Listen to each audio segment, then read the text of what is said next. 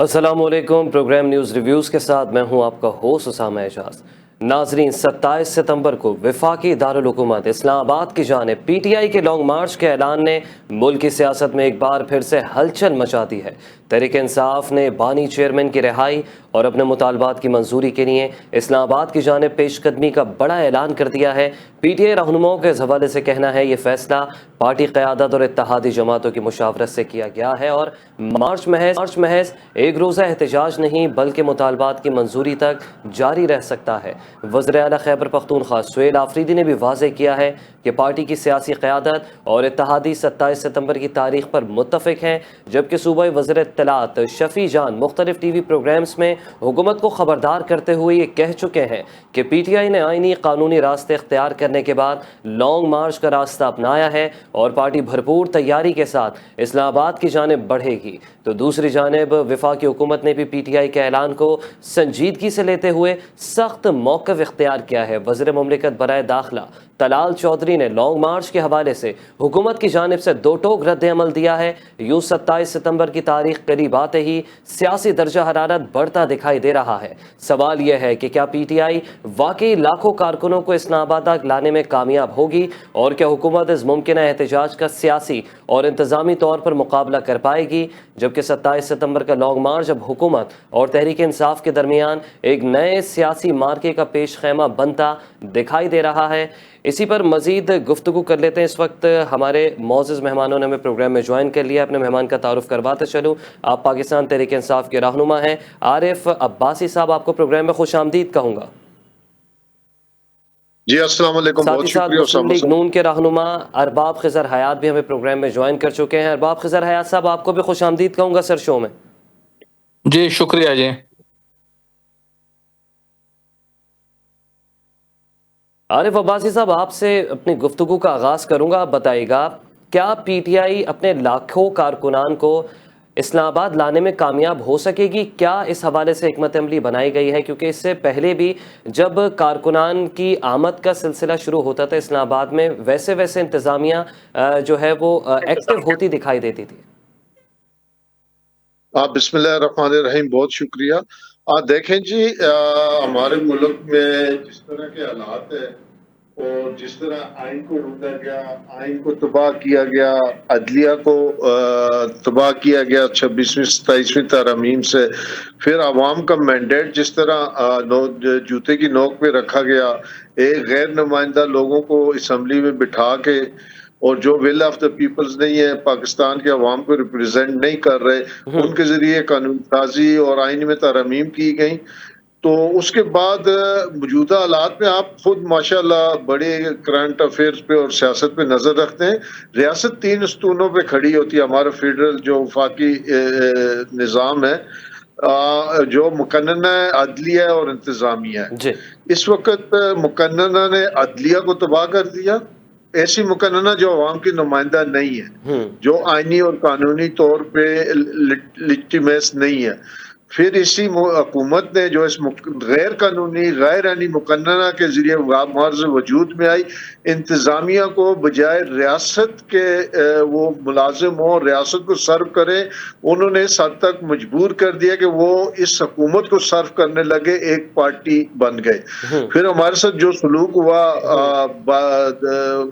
10 April کے بعد، جس طرح کچلا گیا ایک ہمارے جمہوری حق کو، مختلف ہماری لانگ مارچ، مختلف جلسوں مظاہروں کو جس بربریت سے، جس طاقت سے کچلا گیا، تو وہاں جمہوری روایات، رواداری یا پولیٹیکل ایتھکس کہیں بھی نظر نہیں آئے۔ ہم نے ہر طریقہ آزما کے دیکھ لیا، ہم پرامن مظاہرے کیے، پرامن ریلیاں کی انڈر دا کانسٹیٹیوشن، جو ہمارا رائٹ تھا۔ ہم عدالتوں کے ہر لیول پہ ہم نے دروازے کھٹکھٹائے، ڈسٹرکٹ لیول سے لے کے سپریم کورٹ تک۔ تو اب کہیں سے ہمیں نہ انصاف ملا، نہ ہمیں جمہوری رویے ملے، نہ جمہوریت کی جو پاسداری ہوتی ہے وہ نظر آئی۔ تو ہم مجبور ہو کے اب یہ آخری حربے کے طور پہ ہم نے جو لانگ مارچ کا اعلان کیا ہے، میں آپ کو بالکل پورے اعتماد سے، پورے وثوق سے یہ بتا رہا ہوں کہ یہ جس طرح ہمیں کانسٹیٹیوشن نے رائٹ دیا ہے، بالکل ایک پرامن جمہوری روایات کے مطابق ایک ہمارا احتجاج ہوگا جی اور جس کو پہلے بھی ہم پہ طاقت آزمائی کی, ہم نے پلٹ کے وار نہیں کیا. ہم تو نیتے عباسی صاحب لوگ آپ کو تھے. لگتا ہے کہ 27 ستمبر کا احتجاج جیسے جیسے تاریخ قریب آئے گی حکومت بھی ٹف ٹائم دینے کی کوشش کرے گی پاکستان تحریک انصاف کو اور اپوزیشن اتحاد کو؟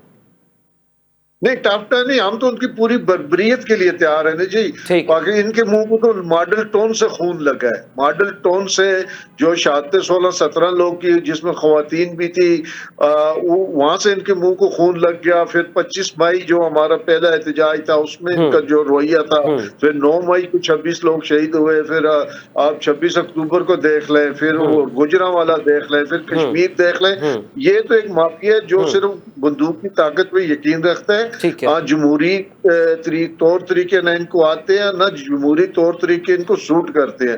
کیا عوام تو جمہوریت میں تو طاقت کا سرچشمہ عوام ہوتے ہیں, عوام تو ان کے ساتھ ہے ہی نہیں. ابھی جنرل الیکشن میں ان کو 17 سیٹیں ملی ٹوٹل اور ان کو حکومت دے دی گئی. تو میں سمجھتا ہوں کہ نہ ان کا جمہوریت سے کوئی تعلق ہے, نہ جمہوری روایات سے, نہ رواداری سے.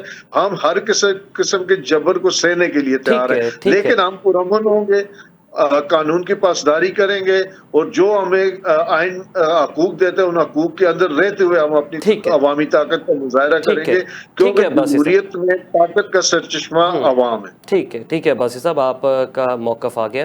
ارباب خضر حیات صاحب, آپ بتائے گا حکومت کی کیا پلاننگ ہے, کیا پیشگی اقدامات کیے ہوئے ہیں حکومت نے, اور یہ بھی واضح کیجیے گا کیا حکومت پاکستان تحریک انصاف کو وفاقی دارالحکومت شہر اقتدار میں احتجاج کرنے کی اجازت دے گی؟ دیکھیں جی, جہاں تک پاکستان تحریک انصاف کی بات ہے تو پاکستان تحریک انصاف اب کس سے پارینہ بن چکی ہے. سر وہ تو کہہ رہے ہیں کہ آپ لوگوں نے 17 سیٹوں پہ حکومت بنائی ہے, آپ پھر کہہ رہے ہیں پی ٹی آئی قصہ پارینہ بن چکی ہے. دیکھیے, خیبر پختونخوا میں آپ کو بتاتا چلوں کہ یہاں پر 2013 سے ان کو ہم پر مسلط کیا گیا ہے. یہ ووٹ کے ذریعے اقتدار میں نہیں آئے ہیں. اگر یہ ووٹ کے ذریعے اقتدار میں آئے ہوتے تو 5 اگست کو انہوں نے جلسہ کیا ہے جس میں انہوں نے کہا تھا کہ 10 لاکھ افراد شرکت کریں گے, لیکن اس جلسے میں تو 3-4 ہزار افراد بھی موجود نہیں تھے. اس کے علاوہ آپ دیکھیں کہ جب عمران خان صاحب کی آنکھ کا مسئلہ پیدا ہوا تھا, انہوں نے احتجاج کی کالی تھی پورے ملک میں تو 2 بندے بھی نہیں نکلے. صرف خیبر پختونخوا میں, اور وہ بھی خیبر پختونخوا کے حدود کے اندر موٹر وے اور جی ٹی روڈ بند کر دیا گیا تھا جس میں 1 درجن اور 2 درجن سے زیادہ لوگ نہیں تھے. تو ان کے پاس عوام کہاں ہے؟ اگر ان کے پاس عوام یا کارکن ہوتے تو جو 5 اگست کا ان کا جلسہ ہوا تھا اس میں وہ وزیر اعلیٰ 27 ستمبر کی تاریخ نہ دیتے. اگر اس جلسے میں لاکھوں افراد شرکت کرتے تو وہ 14 اور 15 اگست کی تاریخ کا اعلان کر لیتے کہ ہم اسلام آباد کی طرف مارچ کریں گے. لیکن دیکھیں, یہ صرف گیدڑ ببکیا ہے. ان کے پاس نہ کوئی ویژن ہے, نہ ان کی کوئی کارکردگی ہے, نہ ان کے پاس جو ہے نا کارکن ہے, نہ عوام ان کے ساتھ ہے. اور 27 ستمبر کا جو انہوں نے یہ جو پتہ نہیں انہوں نے اعلان کیا ہے, دیکھیں یہ کچھ نہیں ہوگا. یہ اٹک کے اس پار تو جا ہی نہیں سکتے ہیں, یہ تو ایک ناممکن بات ہے. اور 20 ستمبر کو یا 21 ستمبر کو یہ لوگ اعلان کر لیں گے کہ بعض وجوہات کی بنا پر ہم نے اپنا جو احتجاج ہے, جو لانگ مارچ ہے یا جو کچھ بھی ہے, وہ ہم نے ملتوی کر دیا ہے. یہ میں آپ کو آن دی ریکارڈ بتا رہا ہوں. اس کی وجہ یہ ہے نا کہ خیبر پختونخوا کے عوام ان کے ساتھ نکلنے کے لیے تیار نہیں ہے. انہوں نے خیبر پختونخوا کے عوام کو دیا کیا ہے؟ یہاں کے حالات تو اس حد تک خراب ہے کہ صبح ہم گھر سے نکلتے ہمیں پتہ نہیں ہوتے کہ شام کو ہم واپس گھر لوٹیں گے یا نہیں لوٹیں گے. یہاں پر تو آئے روز ہمارے سیکیورٹی اہلکار شہید ہو رہے, ہمارے پولیس اہلکار شہید ہو رہے, ہمارے عام عوام شہید ہو رہے. تو یہ دیکھیں نا, ابھی آپ روز اخبار ہم کھولتے ہیں ان کی کرپشن کی داستانیں, سوشل میڈیا کھولتے ہیں ان کی کرپشن کی داستانیں, نیوز چینل کھولتے ہیں ان کی کرپشن کی داستانیں. تو دیکھیں نا, ان کو صرف کرپشن اور احتجاج کی لگی ہوئی ہے, اور ہم ملک بچانے نکلے ہیں, ہمیں ملک کی فکر ہے. ہم کہتے ہیں کہ خیبر پختونخوا اور بلوچستان میں امن کس طرح آئے گا, ہمیں اس کی فکر ہے. اور ان لوگوں کو احتجاج کی اور باری چیئرمین کی وہ ہے. تو دیکھیں نا, اس طرح تو نہیں چل سکتا ہے نا. یہی وجہ ہے کہ عوام نے ان کو مسترد کر دیا ہے. آپ نے بھی دیکھا, پوری دنیا نے بھی دیکھا کہ جب ان کا ضمنی الیکشن ہوئے ہے, یہ خیبر پختونخوا میں ہری پور کا جو ان کا اپنا حلقہ تھا عمر ایوب صاحب کا, جو کہ الیکشن میں یہ 24,000 کے پتہ نہیں 50,000 ووٹ سے میرے خیال میں جیت گئے تھے، وہ تو یہ 50-55,000 سے ہار گئے۔ اس کے علاوہ جتنی زمین انتخابات ہوئے سب میں ان کو شکست ہوئی۔ اچھا دیکھیں 2000 ارباب صاحب آپ نے تذکرہ کیا کہ ان کو بہت ہی زیادہ ضرورت ہے اپنے بانی چیئرمین کی، تو واقعی کیوں نہ ہو جس طریقے سے مسلم لیگ نون کو ضرورت ہے اپنے قائد میاں محمد نواز شریف کی، ایسے ہی ان کو بھی اپنے قائد کی ضرورت ہے، تو اس حوالے سے بیٹھ کے کوئی بیچ کا رستہ نہیں نکالا جا سکتا؟ دیکھیں میاں نواز شریف صاحب جیل میں تھے، ہم نے تو کبھی اس طرح کے احتجاج نہیں کیے تھے، ہم نے تو کبھی بھی اپنی جو ریاست کو اس کو چیلنج نہیں کیا تھا، ہم نے تو پاک فوج کو کبھی ٹارگٹ نہیں کیا تھا۔ مشرف نے ہمارے ساتھ کیا کیا تھا 99 میں، لیکن ہم نے کبھی ریاستی جو ادارے ہیں ان کو ارباب صاحب سخت زبان تو آپ کی قیادت کی جانب سے بھی استعمال کی گئی تھی، وہ نعرے تو تاریخ کبھی بھی فراموش نہیں کر سکتی۔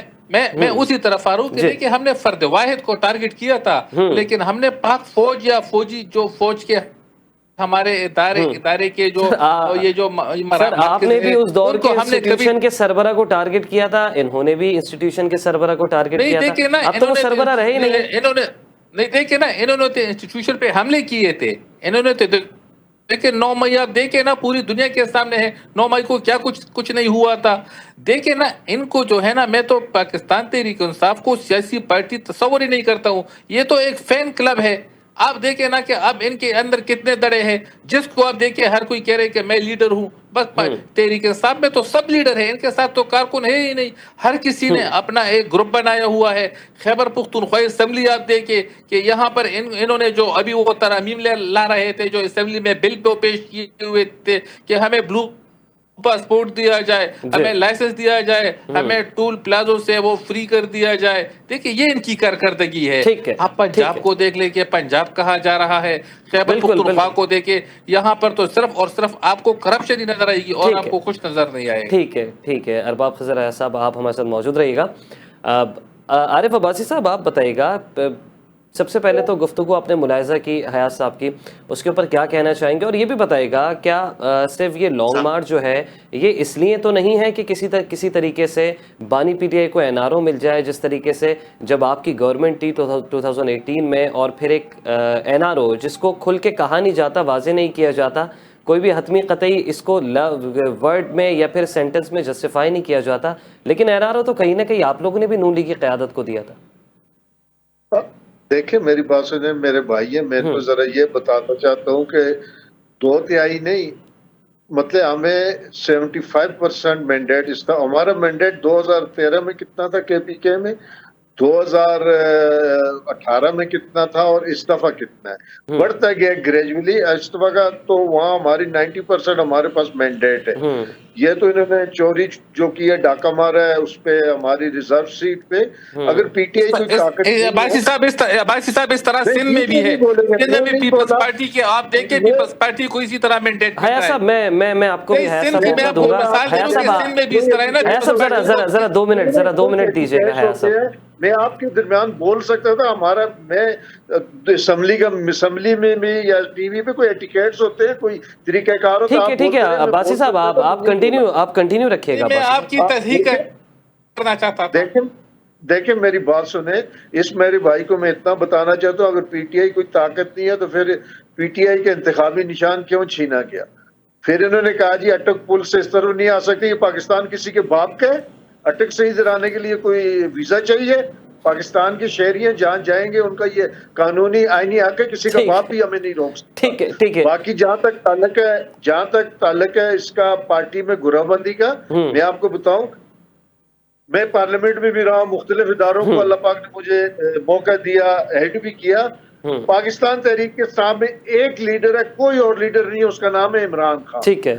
باقی تمام ورکر ہیں پاکستان تحریک انصاف کے ورکر، پاکستان کے عوام صرف عمران خان کو ہیرو بھی مانتے ہیں، لیڈر بھی مانتے ہیں، اس کے ساتھ پیار بھی کرتے ہیں، اور اس کا جو خوف ہے ان کو، اگر ان کو عمران خان کا خوف نہ ہوتا تو 26ویں اور 27ویں ترامیم لا کے آئین کو نہ روندا جاتا، عدلیہ کا قتل نہ کیا جاتا، انصاف کا قتل نہ کیا جاتا، پھر ادارے اس وقت جو کبھی ہم نے تاریخ میں نہیں سنا تھا کہ پولیٹیکل ورکر کو اٹھایا، غائب کر دیا، حالانکہ اگر آپ گرفتار کریں تو پھر 24 آپ عدالت میں پیش کر سکتے ہیں.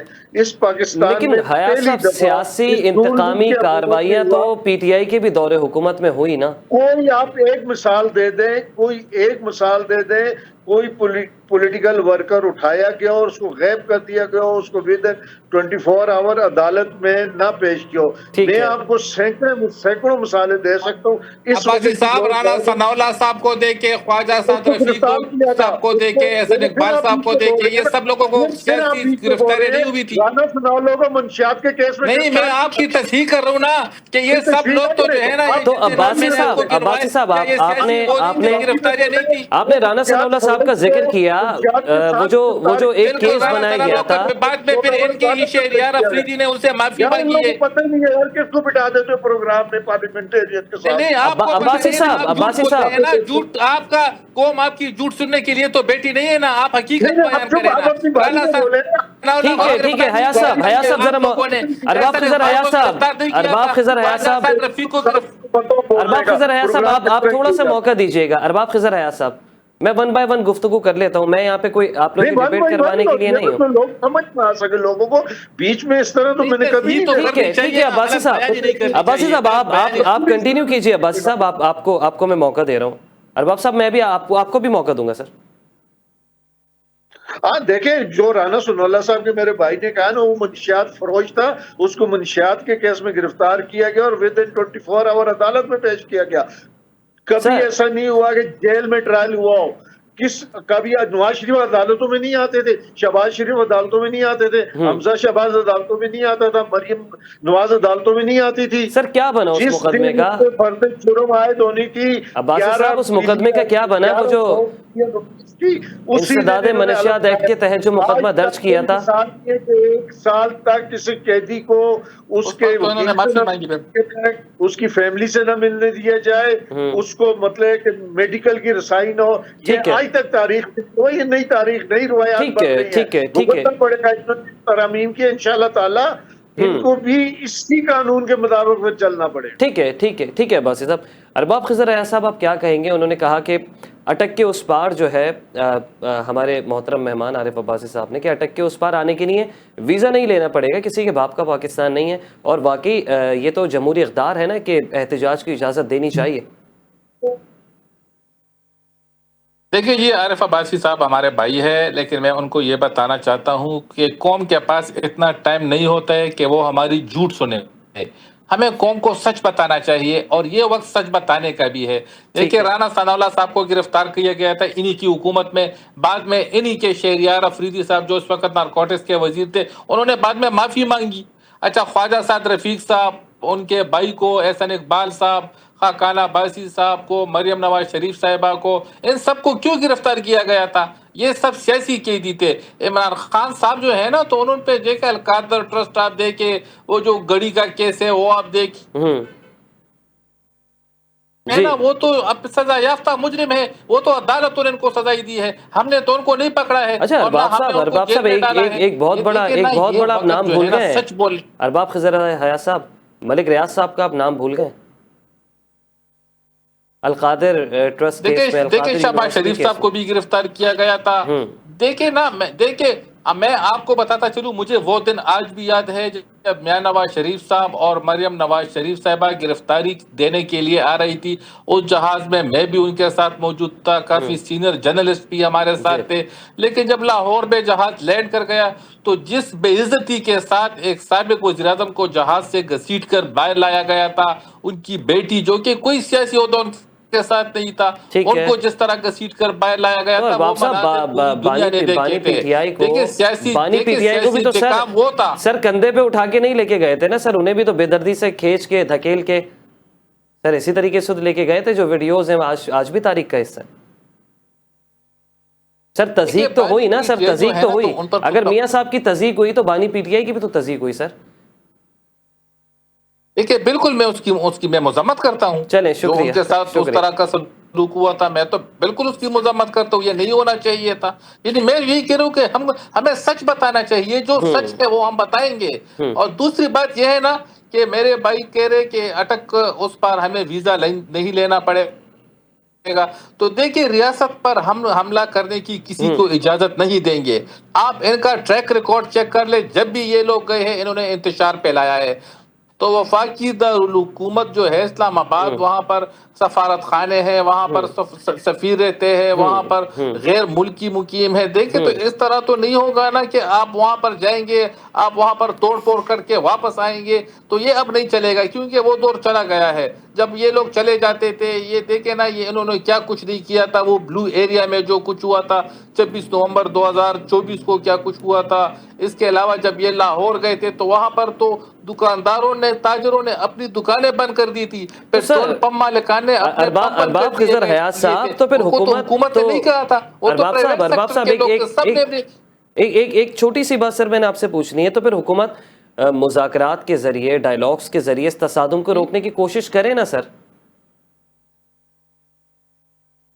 کس کو جی سمجھ نہیں آئی سر؟ یہ جو ممکنہ تصادم ہے جو آپ کہہ رہے ہیں کہ یہ لوگ پھر سے آ کے وہاں پہ جو کچھ بھی کریں گے, کسی چیز کو نقصان پہنچائیں گے, تو اسلام آباد پہنچنے سے پہلے ہی سر اس حوالے سے کوئی نہ کوئی ڈائیلاگز تو ہونے چاہیے اپوزیشن کے ساتھ.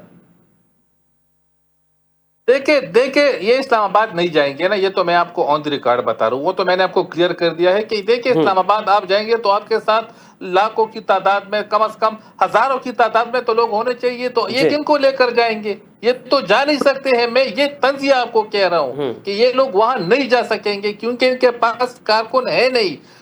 دیکھیں یہ صرف اعلانات کرتے ہیں, یہ تو یو ٹرن لیتے رہتے ہیں. خیبر پختونخوا کے وزیر اعلیٰ نے جب یہاں 5 اگست کو پشاور میں جلسہ کیا تو اس نے کہا کہ ہماری جو یہ تحریک ہے تو یہ بانی پی ٹی آئی کی رہائی کے لیے ہے.